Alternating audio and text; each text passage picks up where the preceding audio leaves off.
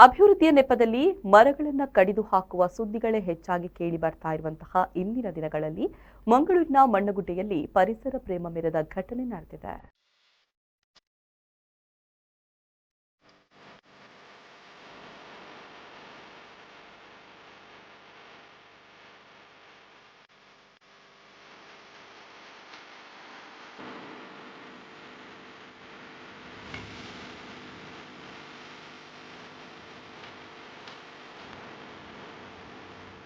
ಹೌದು, ಅಭಿವೃದ್ಧಿಗಾಗಿ ಮರಗಳನ್ನ ಕಡಿಯುವ ಬದಲು ಅವುಗಳನ್ನ ಬದುಕಿಸುವ ಹೊಸ ಯೋಜನೆಯನ್ನ ಅರಣ್ಯ ಇಲಾಖೆ ಮಾಡಿದೆ.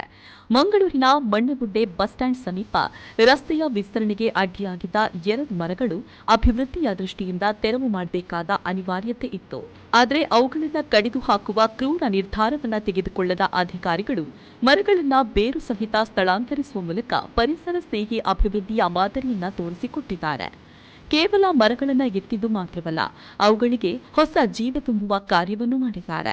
ಈ 2 ಮರಗಳನ್ನು ಸುರಕ್ಷಿತವಾಗಿ ಬೇರು ಸಮೇತ ಕಿತ್ತು ದಕ್ಷಿಣ ಕನ್ನಡ ಜಿಲ್ಲಾ ಪಂಚಾಯತ್ ಹಿರಿಯ ಪ್ರಾಥಮಿಕ ಶಾಲೆ ಪರಪಾದೆ ಶಾಲೆಯ ಮೈದಾನದಲ್ಲಿ ಮರು ನೆಡುವ ಮೂಲಕ ಪರಿಸರದ ಮೇಲಿನ ತಮ್ಮ ಅಪಾರ ಪ್ರೀತಿಯನ್ನು ತಿಳಿದಿದ್ದಾರೆ. ಅಭಿವೃದ್ಧಿ ಅಂದರೆ ಕೇವಲ ಕಾಂಕ್ರೀಟ್ ರಸ್ತೆಗಳಲ್ಲ, ಪರಿಸರವನ್ನ ಉಳಿಸಿಕೊಳ್ಳೋದು ಅಷ್ಟೇ ಮುಖ್ಯ ಎನ್ನುವುದಕ್ಕೆ ಈ ಘಟನೆ ಒಂದು ಕನ್ನಡಿಯಾಗಿದೆ. ನಾಗೇಶ್ ಕಾವೂರು, ವಿ4 ನ್ಯೂಸ್, ಮಂಗಳೂರು.